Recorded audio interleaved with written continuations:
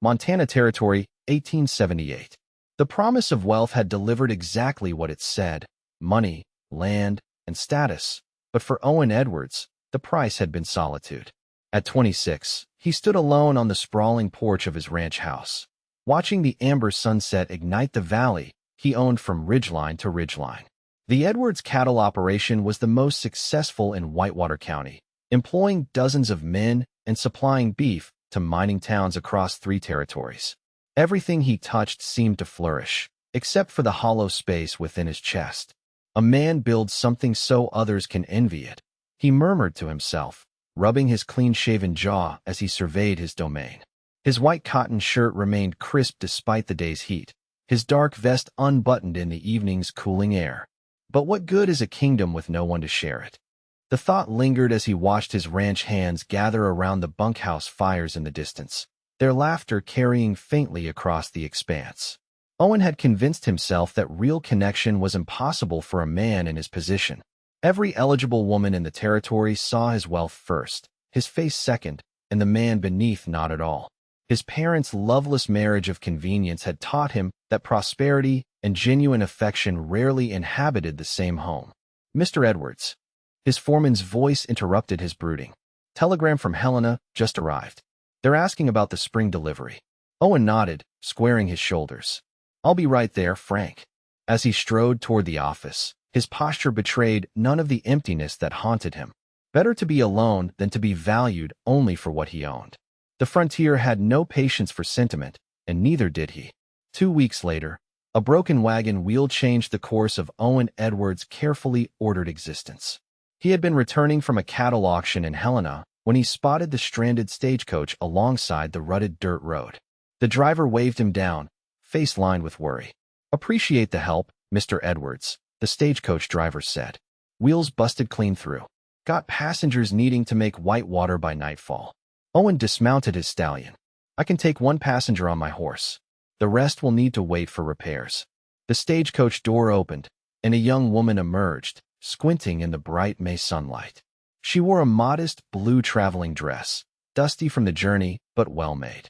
Her honey-blonde hair was pinned neatly beneath a small hat, though several strands had escaped to frame a face that struck Owen with its quiet dignity. What caught him most were her eyes, pale green and assessing, with intelligence that seemed to see beyond surfaces. "Miss Katherine Vale," the driver introduced. "Heading to Whitewater to take the teaching position." The woman extended her gloved hand. "Please, call me Kate. I'm exceedingly grateful for your assistance, Mr. Edwards." "Owen Edwards." He took her hand briefly, noting her firm grip. "I can get you to town before dark." Something in her expression shifted, a subtle withdrawal. "The cattle baron?" "I've heard the name." Before Owen could respond, the driver interjected. "Miss Vale's 23, came all the way from Boston.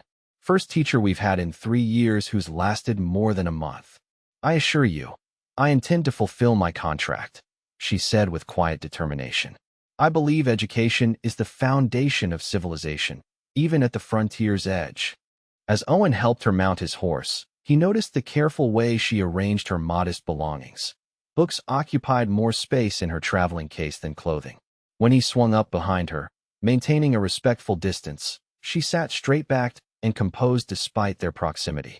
"You needn't worry, Mr. Edwards," she said as they set off, her voice carrying a trace of Eastern refinement tempered with pragmatism.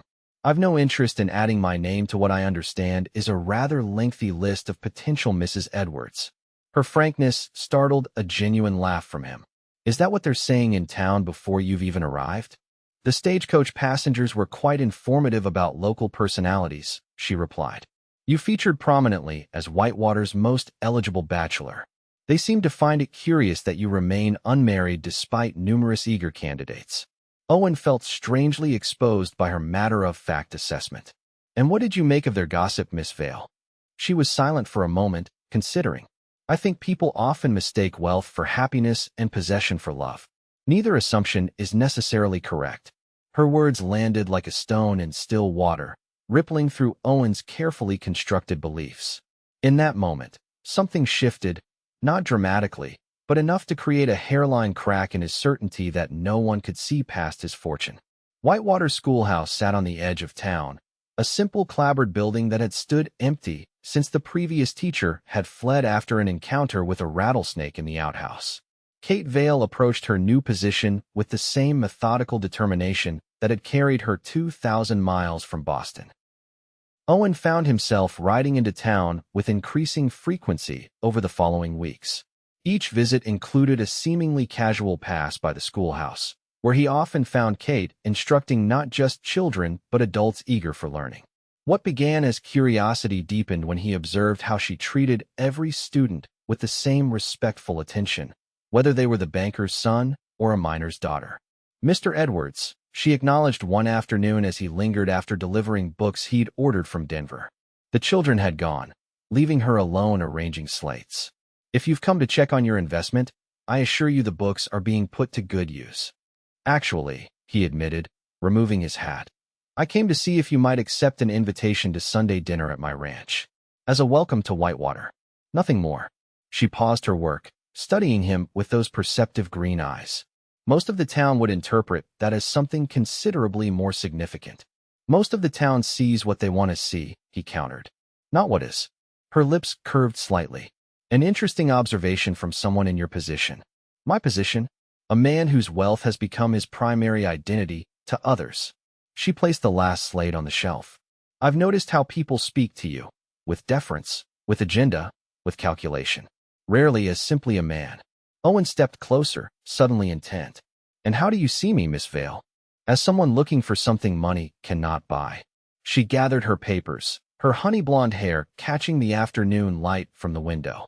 "I'll accept your invitation, Mr. Edwards, but with one condition." "Name it." "That we converse as equals, not as the wealthy rancher and the humble schoolteacher.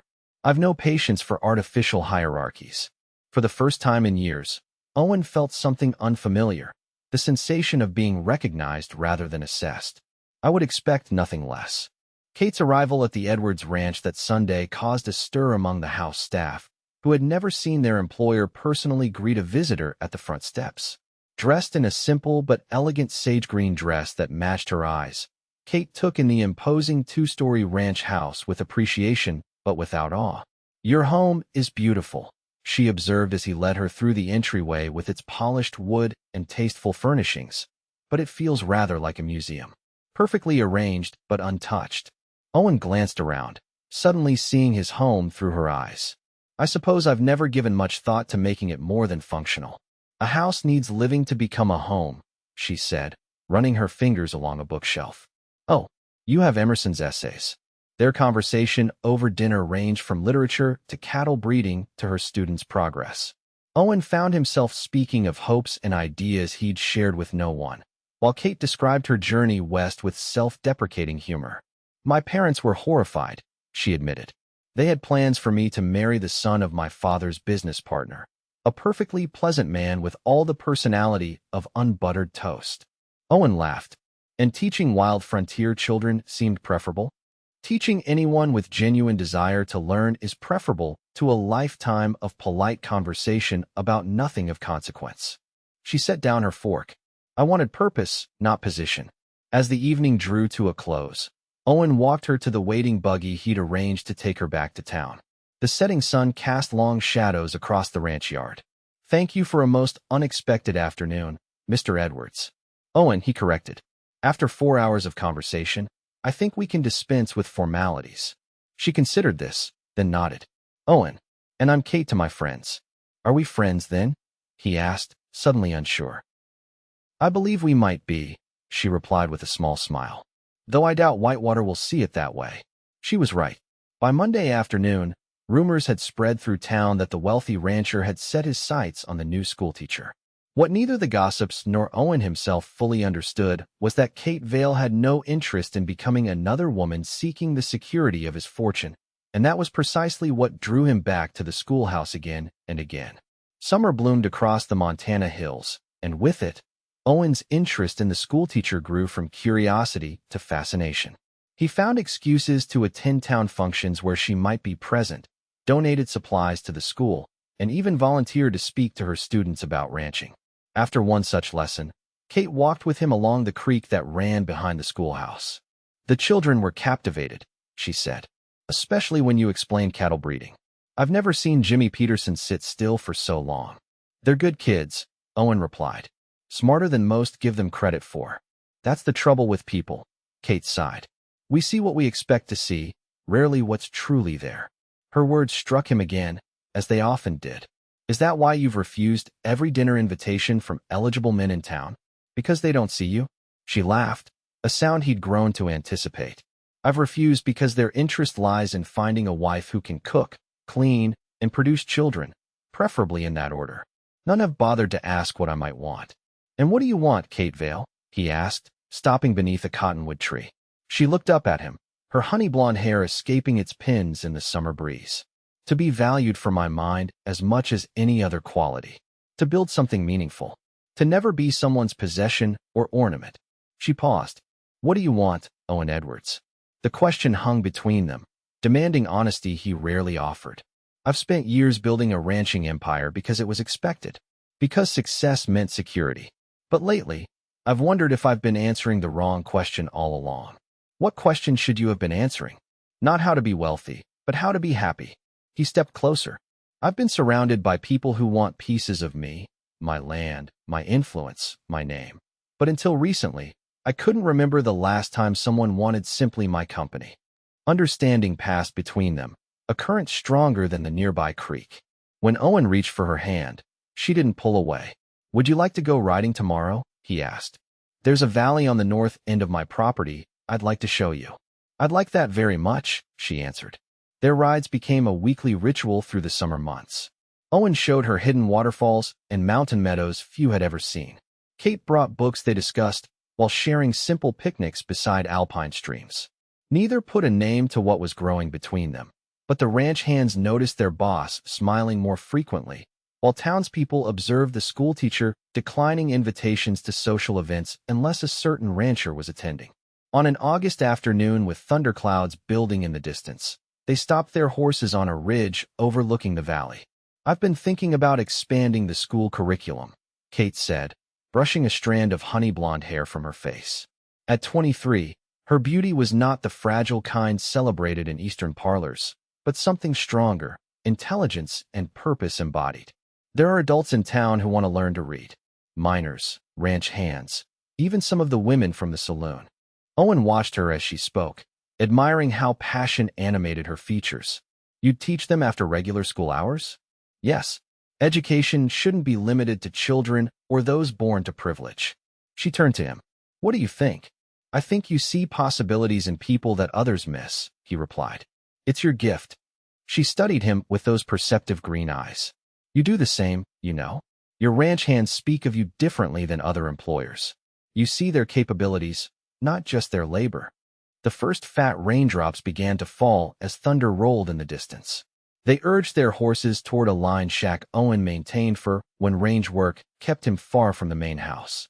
They had barely reached its shelter when the skies opened. The small cabin offered bare necessities, a bed, a table with 2 chairs, a small stove. As rain drummed on the roof, Owen lit the lamp and built a fire in the stove. Kate removed her damp riding jacket, moving around the confined space with comfortable ease. We may be here a while, Owen said, looking out the window at the downpour. Montana storms can be stubborn. Like its people, Kate replied with a smile, settling into a chair. As the afternoon stretched on, their conversation deepened. Owen found himself speaking of his parents' marriage, his father's ambition, his mother's resignation to a loveless union. I swore I'd never trap someone that way, he admitted. Better to be alone than to be chosen for what I own rather than who I am. Kate's expression softened. Is that why you've kept everyone at a distance? Fear that no one sees past your wealth. The accuracy of her perception left him momentarily speechless. Yes, he finally acknowledged. But you've never seemed impressed by it. Because I've seen how it isolates you, she said quietly. How people treat you as a means to an end rather than a man with his own desires and doubts. The storm intensified, lightning illuminating the cabin in brief flashes. In that intimate space, with thunder rattling the windows, something shifted between them.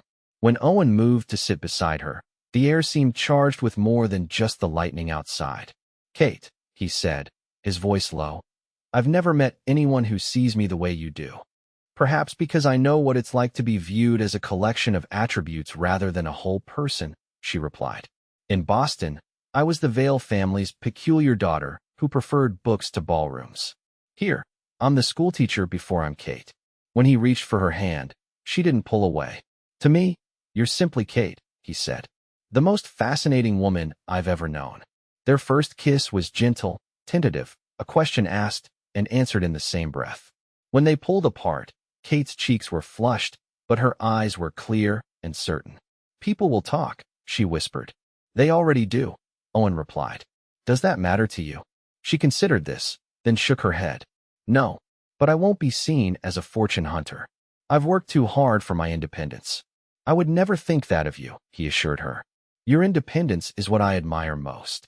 By the time the storm passed, leaving the air fresh with the scent of rain-soaked earth, something fundamental had changed between them. They rode back toward town in comfortable silence, occasionally exchanging glances that held new meaning. At the edge of town, Owen reined his horse to a stop. Have dinner with me on Saturday. At the ranch. I'd like you to meet my foreman and his wife properly. Kate nodded, a smile playing at her lips. I'd like that.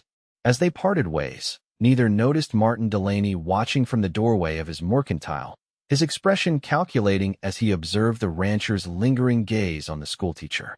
September brought a cattle drive to prepare for, keeping Owen at the ranch more than he wished. When he did make it to town, his visits to the schoolhouse became the subject of increasing speculation. Kate paid the gossip little mind, focusing instead on her expanded classes, now including evening sessions for adults learning to read. On a crisp afternoon, she was surprised to find Martin Delaney waiting when she dismissed her students. Miss Vale, he greeted, removing his hat. At 40, the mercantile owner was considered a good match, successful, established, and widowed for 5 years. Might I have a word? Of course, Mr. Delaney, she replied politely. How can I help you? I've come to warn you, he said, his tone concerned. As a friend. Kate raised an eyebrow. Warn me about what? Edwards. Delaney stepped closer. I've known Owen since he first came to the territory. He has a pattern with women, shows interest, courts them briefly, then moves on when something new catches his eye. I appreciate your concern, Kate said carefully, but my friendship with Mr. Edwards is my own affair. Friendship? Delaney laughed. The whole town knows it's more than that. I'm simply advising caution. A man of his means can afford to play with affections.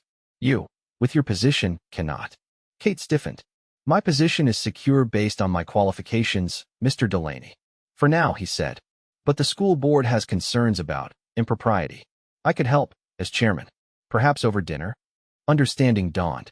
This wasn't concern. It was competition, wrapped in threats. Thank you, but I have papers to grade. Good afternoon, Mr. Delaney. After he left, Kate sat at her desk, troubled.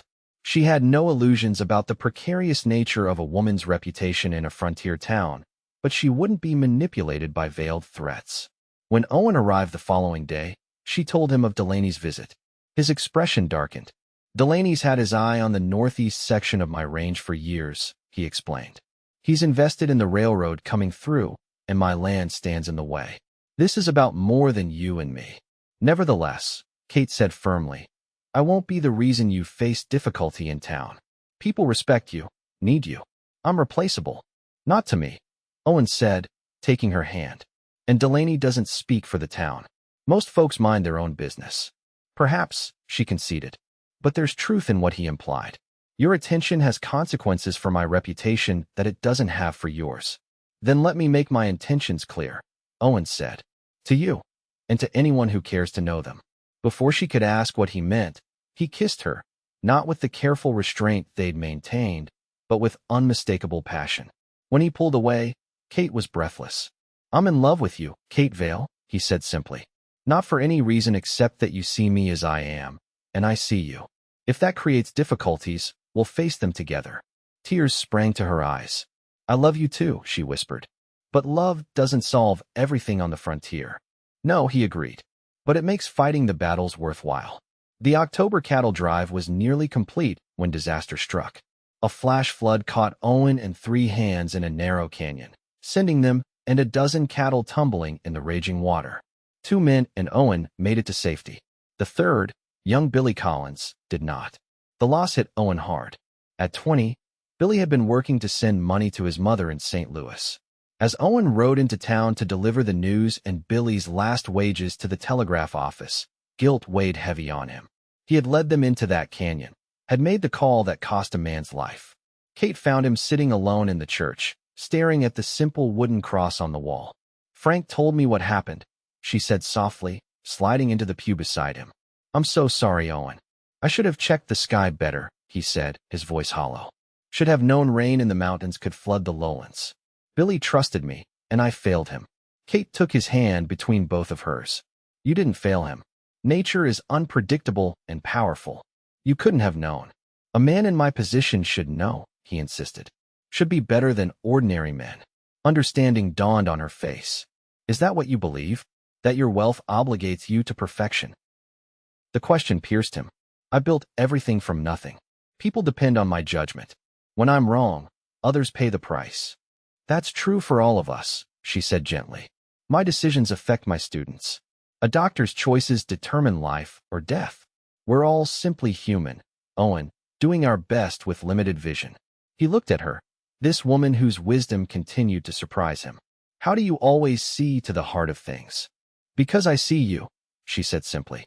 "Not the wealthy rancher, but the man who carries responsibilities and doubts like any other." As they sat together in the quiet church, something shifted in Owen's understanding of himself. The weight didn't lift entirely, but it became bearable when shared. When he finally stood to leave, he felt steady enough to face writing the letter to Billy's mother. "Come to dinner tonight," Kate said. "Mrs. Patterson and I will cook something. You shouldn't be alone." He nodded gratefully. "Thank you."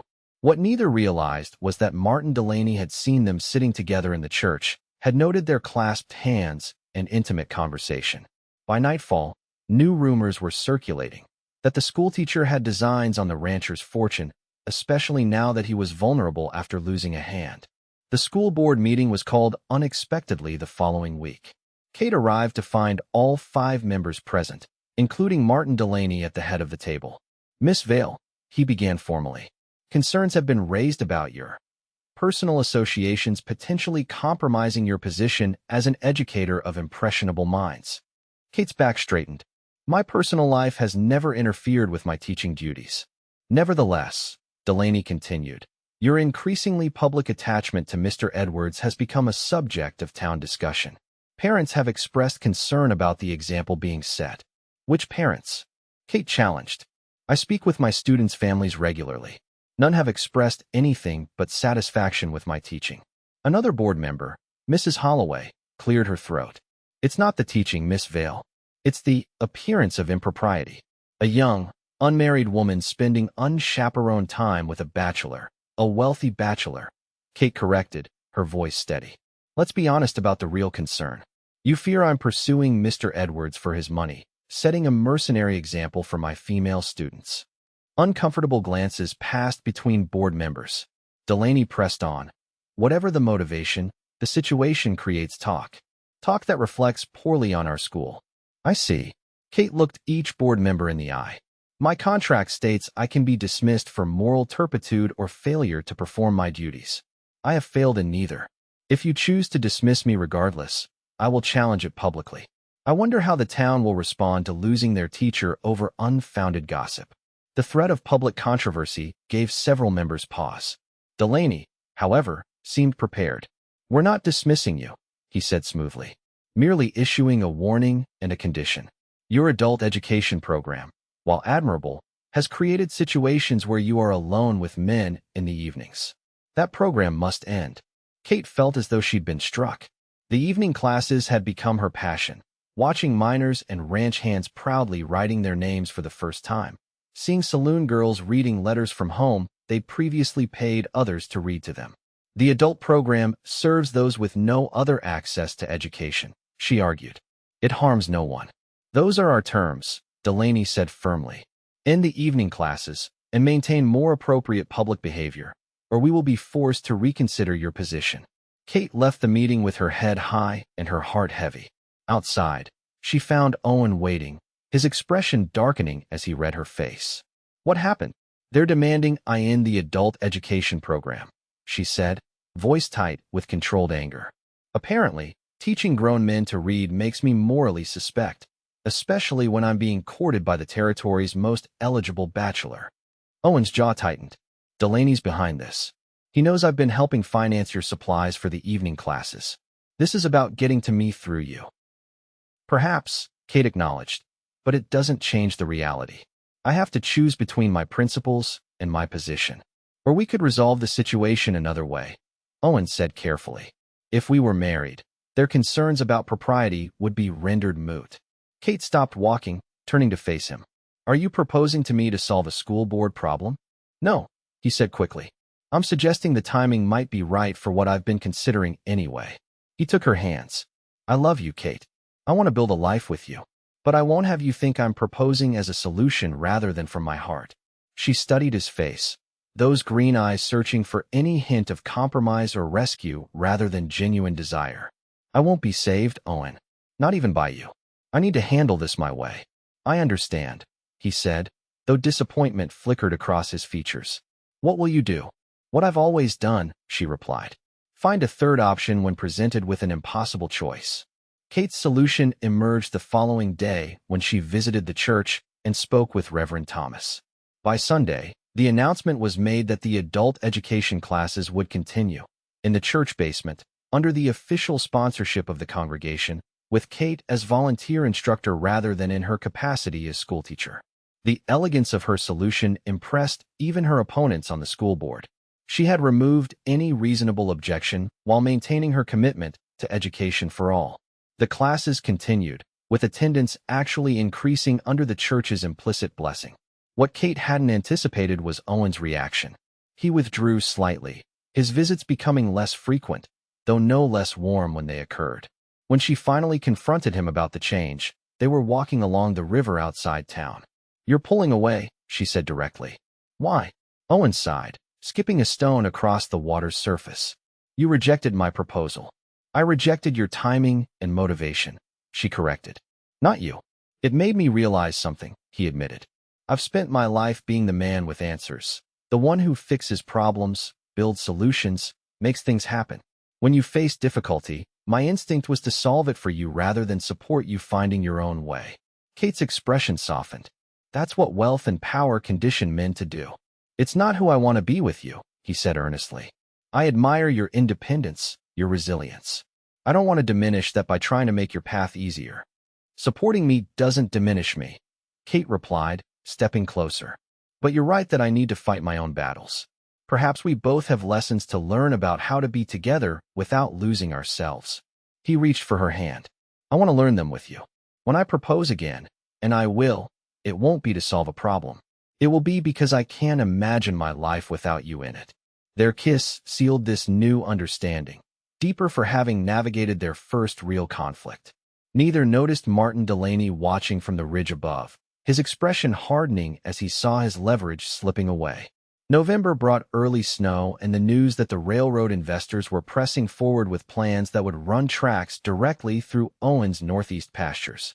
When he refused their initial offer, pressure tactics began, water access disputes, cattle mysteriously breaking through fences onto town property, suppliers suddenly raising prices for the ranch. Delaney's behind it, Frank, the foreman, confirmed. Been telling folks you're standing in the way of progress, costing the town its chance at prosperity. Owen took the information in stride, confident his position was too secure to be threatened by rumors. What he didn't anticipate was how the campaign would shift to include Kate.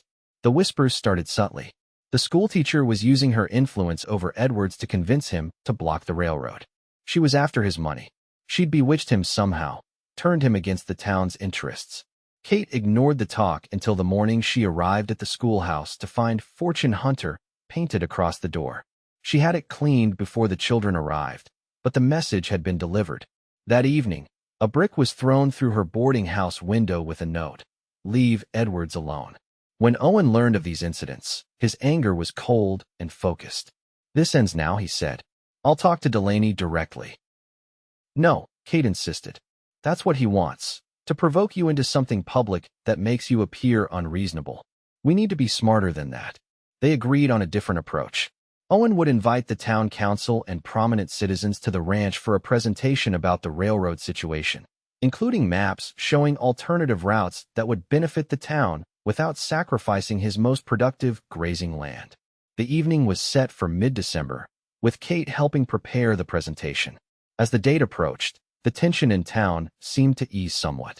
Perhaps reason would prevail after all. Then disaster struck from an unexpected quarter. Kate was returning from a late evening class at the church when she heard a woman's desperate cry from an alley. Without hesitation, she rushed toward the sound, finding a young saloon girl named Ruby struggling with a drunken miner. "Let her go," Kate commanded, swinging her heavy book satchel at the man's head. The blow connected solidly, allowing Ruby to break free. The miner stumbled, cursing, then lurched toward Kate. "You interferin' bitch," he slurred, grabbing her arm with bruising force. "Teach you to mind your business." What happened next was witnessed by 3 townspeople passing nearby. Kate Vale, the refined schoolteacher from Boston, kneed the miner in the groin with shocking precision, then smashed her satchel into his face as he doubled over. When he fell, she helped Ruby to her feet and walked her to safety. By morning, the story had spread, transforming with each telling. The schoolteacher had been caught in a compromising position. No, she'd been in a brawl. She'd attacked a man unprovoked. She'd been defending a prostitute. The details varied, but the damage was done. The school board called an emergency meeting. This time, they didn't bother with warnings. "Your contract is terminated, effective immediately," Delaney announced, satisfaction barely concealed beneath his solemn expression. "Brawling in the streets with minors, associating with women of ill repute. These actions make you unfit to guide our children." "I was defending a woman being assaulted," Kate said, her voice steady despite her inner turmoil. "Would you have preferred I walk past and allow it to happen?" "A proper lady would have called for help, not engaged physically," Mrs. Holloway sniffed. "And your association with that woman raises additional concerns." "Ruby is one of my adult students," Kate replied. "She's learning to read so she can find employment outside the saloon. Is that not a worthy goal?" "Your belongings will be removed from the schoolhouse," Delaney continued, ignoring her defense. "The school will close until a replacement can be found after the new year." Kate stood, her dignity intact despite the injustice. "I request the dismissal in writing, with specific causes stated. My contract requires it." Delaney's momentary discomfort suggested he hadn't expected her to know her rights. "Of course, you'll have it by tomorrow." As Kate left the meeting, the reality crashed down upon her. For months into her year-long contract, she was jobless in a frontier town where her reputation now lay in tatters. Her teaching career, the independence she'd fought for, might be permanently damaged. When Owen found her at her boarding house later, she was packing her few possessions. "Kate," he said, anguish in his voice. "I just heard. This is my fault. Delaney's using you to get to me." "No," she said firmly. "This is about a woman who wouldn't conform to their expectations, who taught minors to read, defended saloon girls, and refused to pretend interest in men for security. The connection to you gave them an excuse, but they would have found another eventually." Owen knelt beside her, taking her hands. "Stay? Fight this with me. We'll find a way to expose Delaney's manipulation." "To what end?" she asked quietly. "Even if I were reinstated, how effective could I be with the town divided? The children deserve better than a controversial teacher. Where will you go?" Her eyes filled with tears. "Helena, perhaps, or further west. There are always schools needing teachers." "And us?" he asked, his voice breaking slightly. "Was what we found so easily left behind?" Kate touched his face gently. "Nothing about loving you has been easy, Owen Edwards. But love isn't enough if I can't stand on my own 2 feet. I won't be your charity case." "That's not what I'm offering," he insisted. "I'm offering partnership. A partnership between a wealthy rancher and an unemployed, scandalized schoolteacher." She shook her head. "The imbalance would destroy us. I need to rebuild what I've lost first." Owen stood, his expression shifting from hurt to determination. "Then I'll help you rebuild it. Not by solving your problems, but by supporting your solutions. Just don't leave. Not yet." Kate looked at the man she loved, young and handsome in his ranch clothes, his face earnest with a devotion she'd never expected to find. "I have 2 weeks before I need to vacate my room," she said finally. I'll stay until then. It wasn't a promise, but it was time. Time Owen intended to use well. The town council meeting was already underway when Owen Edwards strode into the town hall the following evening.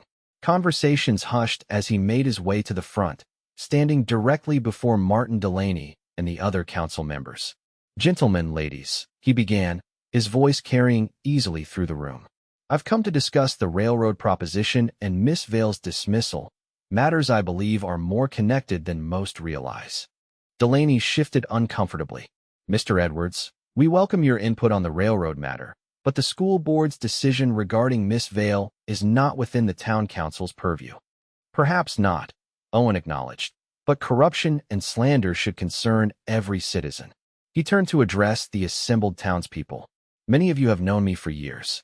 I've employed your sons, bought your goods, helped when times were hard. Have I ever given you reason to doubt my commitment to Whitewater's future?" Murmurs of no and supportive nods rippled through the crowd. "Then I ask you to consider why I oppose the current railroad plan," Owen continued. "Not because I resist progress, but because the proposed route would destroy the watershed that supplies not just my ranch, but half the farms north of town." He unrolled a map, pointing out features as he spoke. "The alternative route I've proposed adds only 3 miles, but preserves the water supply and opens up access to the mining claims west of town. The only person who benefits from the original route is Mr. Delaney, whose land speculation on the eastern approach would pay handsome dividends." Angry mutters rose from the crowd as Owen laid out documentation showing Delaney's extensive land purchases along the proposed route. "As for Miss Vale," Owen continued, "her dismissal came immediately after she rejected Mr. Delaney's advances and subsequent attempts to pressure her through her position. She was removed not for any true impropriety, but because she stands with me in opposing a plan that would enrich one man at the expense of our community." "That's a lie," Delaney shouted, rising to his feet. "She was dismissed for brawling in the streets with a minor. She was defending Ruby Carson from assault," Owen corrected, "a fact confirmed by 3 witnesses, including Reverend Thomas, who I believe has something to add." The Reverend stood from his seat in the crowd. "Miss Vale has shown nothing but moral character in establishing education for those seeking to better themselves. Her actions that night were brave and entirely appropriate to the situation. I would have expected no less from any Christian person witnessing such an attack." One by one, townspeople stood to speak. Parents whose children had flourished under Kate's teaching, adults who had learned to read in her evening classes, even the saloon owner who confirmed Ruby's account of the incident. As the tide of public opinion visibly turned, Owen delivered his final argument. "I propose that the town council reject the current railroad route in favor of the alternative that serves all our interests. I further suggest that the school board's decision be reviewed in light of Mr. Delaney's conflict of interest and the community's clear support for Miss Vale's character and contributions." The vote that followed was decisive. The council unanimously endorsed Owen's alternative railroad route, and a motion was passed requesting the school board reconsider Kate's dismissal. Delaney, seeing his position crumbling, attempted to argue but found himself increasingly isolated as former allies distanced themselves. When Owen left the meeting, Kate was waiting outside, her expression a complex mixture of gratitude and uncertainty. "You shouldn't have done that," she said quietly as they walked through the snowy street. "Fighting my battles." "I didn't," he replied. "I fought for the truth. You built the foundation with your own actions and relationships. All I did was give people a platform to speak what they already knew about your character." She considered this, snow catching in her honey blonde hair. "And if they hadn't spoken up? Then I would have supported whatever you decided next," he said simply. "Because I love you, Kate Vale, not as someone to rescue or possess, but as a woman whose strength and principles I admire beyond measure." In the glow of the street lamp, with snowflakes swirling around them, Kate reached for his hand. "I love you too," she said softly. "Through all of this, that has never been in question." Christmas Eve brought heavy snow and the official letter from the school board reinstating Kate as Whitewater's teacher, with apologies and back pay for the weeks of her dismissal. Delaney had resigned both his board position and his council seat, rumors suggesting he was selling his holdings and planning to leave the territory before spring. The church was filled for the Christmas Eve service, the community coming together in a spirit of reconciliation. Kate sat beside Owen, their relationship now openly acknowledged and largely accepted. After the service, they walked through the silent, snow-covered town toward her boarding house. "I have something for you," Owen said, stopping beneath the same street lamp where they had stood weeks before. "A Christmas gift." From his coat pocket, he produced not a box, but a rolled document tied with red ribbon. Kate took it curiously, unrolling it to reveal a deed. "The old Peterson place?" she asked, confused. "Why would you buy me an abandoned homestead?" "I didn't buy it for you," Owen explained, his breath forming clouds in the cold night air. "I bought it for us. It sits exactly halfway between the ranch and the town, close enough for you to continue teaching, near enough to my land to manage the ranch." Understanding dawned on her face. "Owen," he took her hands, the deed still between them. "I'm not proposing a solution this time, Kate. I'm proposing a partnership." He knelt in the snow, looking up at her with clear, earnest eyes. "The deed is in both our names already. Whether you marry me or not, half that land is yours. Recognition that what we build together, as equals." Tears sprang to Kate's eyes. "You're giving me land before you even know if I'll accept your proposal?" "I'm acknowledging that your independence matters," he said. "That our life together, if you want one, will be built on mutual respect, not dependency." He reached into his pocket again, withdrawing a simple gold ring set with a single pearl. "Katherine Vale, I love you not because you need me, but because you see me. Will you marry me and build something neither of us could create alone?"